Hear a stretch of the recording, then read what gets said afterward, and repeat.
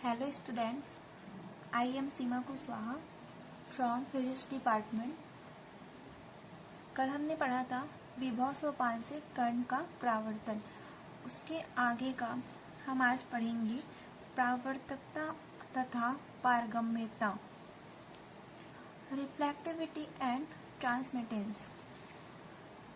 इसके पहले हम समीकरण 8 निकाले थे, B equal to P1 minus P2 upon P1 plus P2A। तो समीकरण 8 में B तथा C प्रावर्तित तथा पारगमित तरंगों के आयाम आपतित किरण के आयाम के पदों में व्यक्त करते हैं। इस आधार पर हम विभव सोपान पर प्रावर्तकता, रिफ्लेक्टिविटी तथा पारगम्यता, ट्रांसमिटेंस की परिभाषा निम्न प्रकार व्यक्त कर सकते हैं। प्रावर्तित प्रायिक धारा के परिमाण तथा आपतित प्रायिक धारा के परिमाण की निष्पत्ति को प्रावर्तकता कहते हैं। तो प्रावर्तकता को R से डिनोट करते हैं। प्रावर्तकता R इक्वल टू हो जाएगा प्रावर्तित प्रायिक धारा का परिमाण अपॉन आपतित प्रायिक धारा का परिमाण, या प्रावर्तकता R इक्वल टू हो जाएगा प्रावर्तित कणों के आयाम का वर्ग इंटू प्रावर्तित कणों का वेग अपॉन आपतित कणों के आयाम का वर्ग इंटू आपतित कणों का वेग। तो प्रावर्तित कणों के आयाम का वर्ग मॉड B स्क्वायर इंटू प्रावर्तित कणों का वेग है P1 अपॉन M अपॉन आपतित कणों के आयाम का वर्ग A स्क्वायर, आपतित कणों का वेग होगा P1 upon M। P1 upon M cancel हो जाएगा, तो यहाँ बचेगा mod B square upon mod A square. इसे हम लिखेंगे इक्वेशन नंबर 11।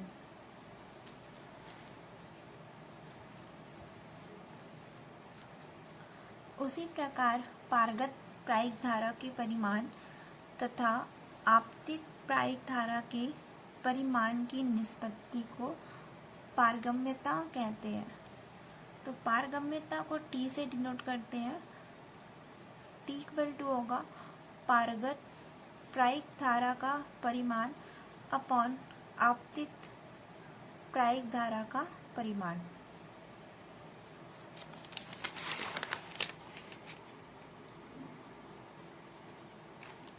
इसे आगे लिखेंगे पारगत कणों के आयाम का वर्ग इंटू पारगत कणों का वेग अपॉन आपतित कणों के आयाम का वर्ग इंटू आपतित कणों का वेग।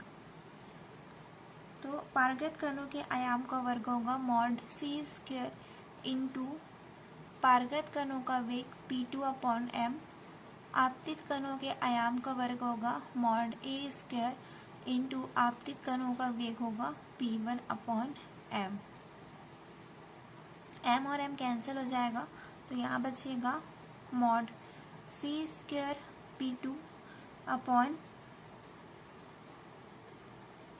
Mod A square P1। ये हो जाएगा इक्वेशन नंबर 12।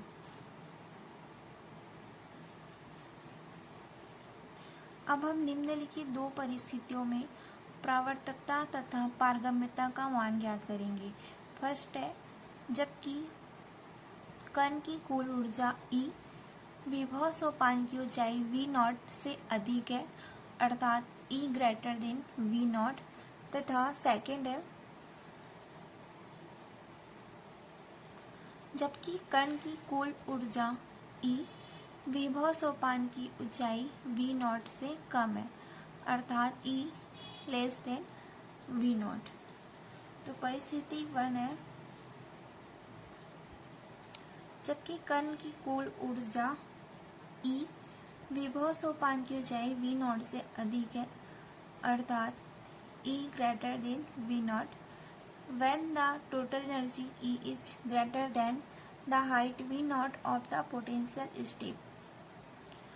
तो परिस्थिति फर्स्ट में हम देखते हैं, इस स्थिति में P2 equal to √2m upon √2m bracket में E माइनस V नॉट वास्तविक राशि है।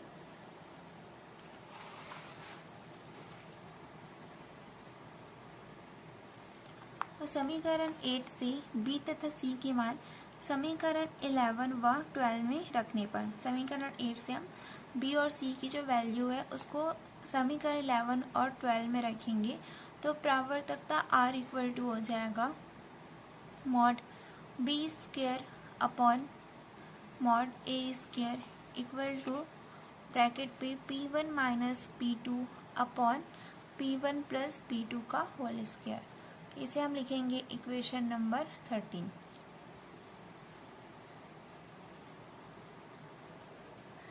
तथा पारगम्यता T इक्वल टू हो जाएगा mod C square P2 upon mod A square P1 equal to 4P1 P2 upon P1 plus P2 का whole square. इसे हम लिखेंगे इक्वेशन नंबर 14।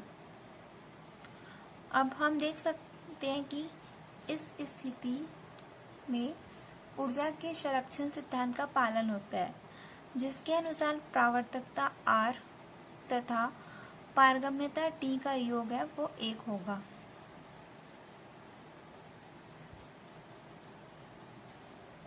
यहाँ पे हम R प्लस T करेंगे तो ये हो जाएगा, R की वैल्यू रखेंगे P1 minus P2 upon P1 plus P2 का होल स्क्वायर। इक्वेशन 13 से R की वैल्यू रखें प्लस T की वैल्यू रखेंगे इक्वेशन 14 से, तो ये हो जाएगा 4P1 upon 4P1 P2 upon P1 plus P2 का होल स्क्वायर।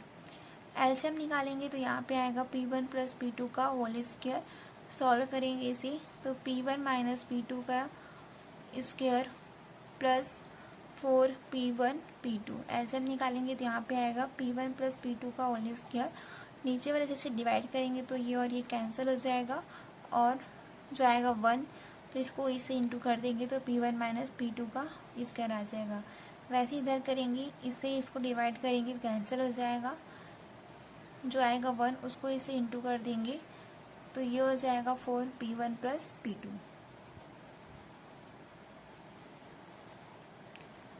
अब P1 माइनस P2 का whole square plus 4P1 P2 होगा P1 प्लस P2 का whole square upon P1 plus P2 का होल स्क्वायर इक्वल टू 1 होता है, क्योंकि प्रावर्तकता R और पारगम्यता T का योग है वो 1 होगा। समीकरण 13 से स्पष्ट है कि फर्स्ट जब P2 इक्वल टू P1 अर्थात V नॉट इक्वल टू 0, क्योंकि P2 इक्वल टू होता है √2m E minus V not तथा P1 इक्वल टू होता है √2m E, तो प्रावर्तकता R इक्वल टू होगा 0।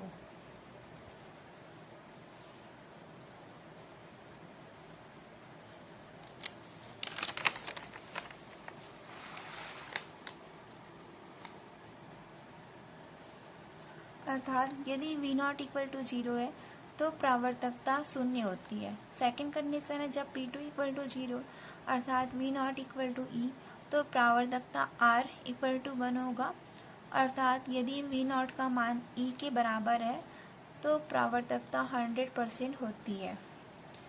थर्ड है जब V नॉट परिमित लेकिन E से कम है तो R का कुछ परिमित मान होगा, अर्थात कुछ न कुछ प्रावर्तन है वो अवश्य होगा।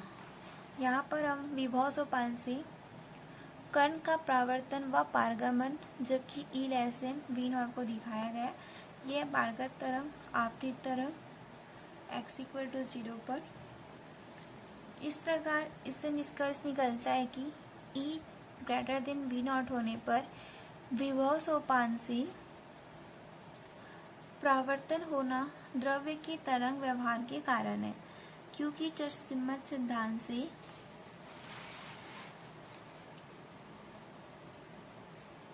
यदि E greater than V not, तो कण के विभव सोपान से परावर्तन का प्रश्न ही नहीं उठता है, क्योंकि P1 ग्रेटर देन P2 अतः B लेस देन A तथा C ग्रेटर देन A, अर्थात पारगत तरंगों का आयाम है वो आपतित तरंग के आयाम से अधिक है तथा परावर्तित तरंग का आयाम आपतित तरंग के आयाम से कम है।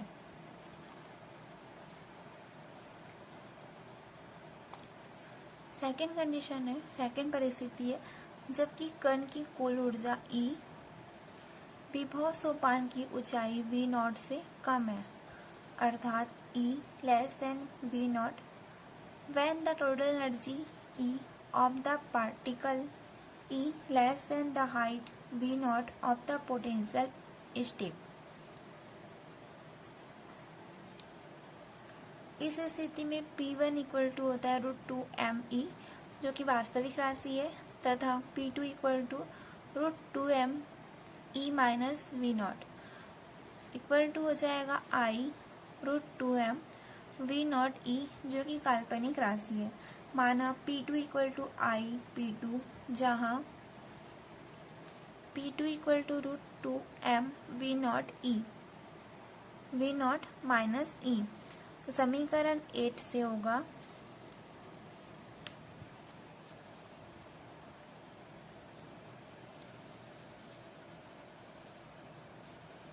B equal to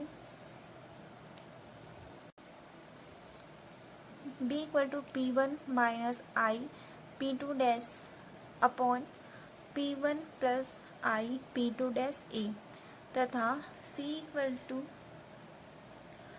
2P1A upon P1 plus I P2 dash.